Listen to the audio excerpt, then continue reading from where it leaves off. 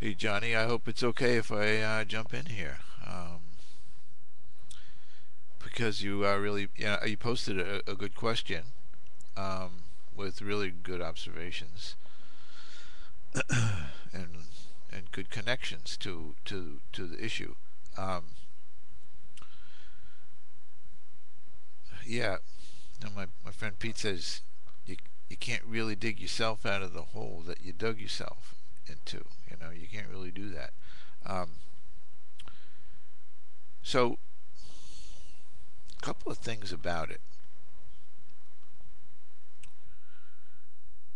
Tom had a really good explanation about the other stuff, the non-money stuff, in the context of creating, the mountain of claims, which is the stuff that you took out of the hole, using the debt analogy, only. Okay, that stuff didn't create any of the pie or any of the stuff that we're going to need that you talked about in the future, and what Tom talked about in the future. The ordinary things like food, shelter, clothing, and our ability to continue to live normal lives. So, the question that I have isn't so much about deflation versus inflation, because I don't think by any of the measures that you're talking about, the answer can be really be determined.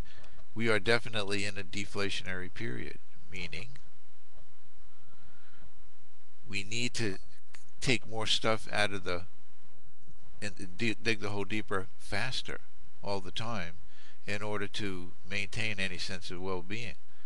And we can't do that because everything that we do in order to try to go forward is of the same material. So we can't create any new material to put back in the hole. And given that all those claims that are out there, that mountain of claims that have been created by the shadow banking industry, all those claims are out there, but they haven't contributed anything back. So, we the people who are suffering, the 17% presently laid off, going to where based on all of those things that you talked about, um, increasing and increasing and increasing, so that we continue to make the debt service payments on all that junk out there. Okay. And at the same time risk the whole financial system while we continue to do that.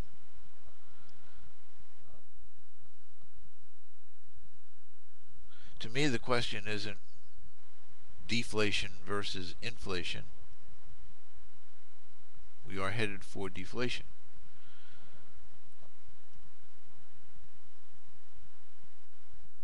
And not only that, but any kind of an attempt to even think about the government spending any kind of money to fill in the gap from private debt creation, because the private industry is risk averse. Any amount that the government could pour out there would not be inflationary. The only thing that could make any amount of money inflationary, that it would be created to try to achieve full employment, and economic stability at the same time. Any of those actions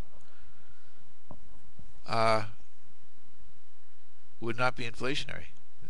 They could not be inflationary by definition. By definition, they would be paying for the things that they would be receiving.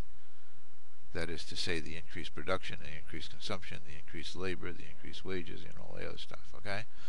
So, in order to be inflationary, we'd have to achieve full employment and we'd have to achieve full productivity as an economy. And by the time that would happen, we'd be back in control of the money system. Um, but the key is dealing with those toxic assets that were created by the shadow bankers. And I don't mean the haircut, the buyout or the debt relief or whatever you want to call it, okay? I mean the simple legality itself that you were talking about. Why do we live under a system where a group of folks can make an agreement among themselves and call it a security and make a claim on the benefits that the people are producing? Why do we allow that system to exist? What are they contributing to the pile of goods and services? I'm talking about the financial services industry.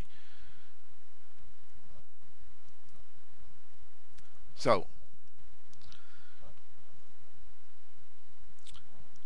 to me, again, it's not a question of deflation versus inflation. Is that what's coming for? Where should we get comfortable? What should we buy? Or any of that kind of stuff.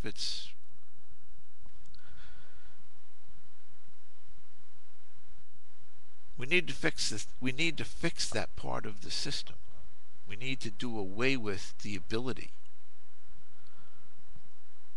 of a group of Wall Street bankers to take command and control of the economy of this country,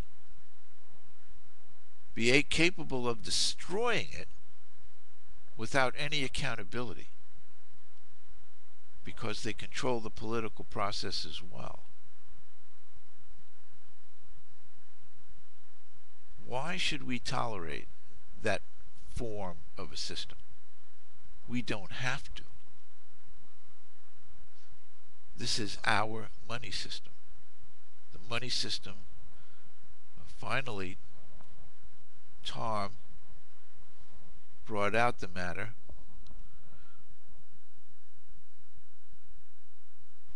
of the dollar, the currency. The dollar denomination.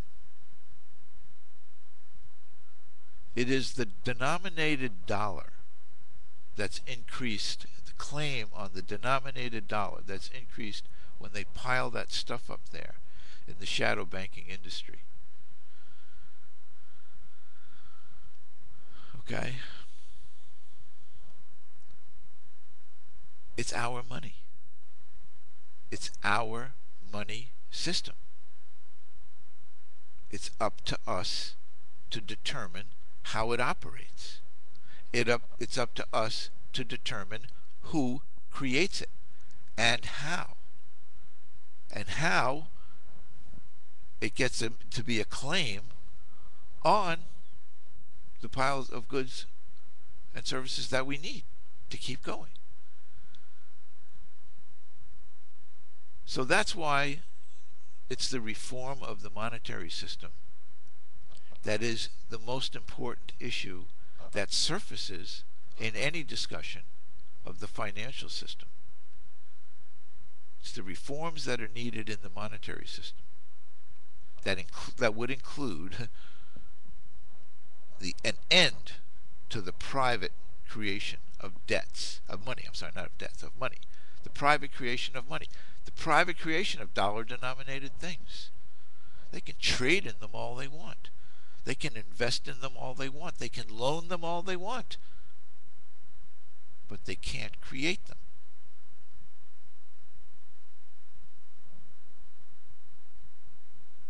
There will be no such thing as leveraging dollar-denominated any forms of investment vehicles, securities, whatever. Leveraging in the sense of creating something new that doesn't exist because two people say, you know what, let's agree that this exists, and then it exists, and the next thing you know, somebody's got to pay it off because it's real and enters the money system. So,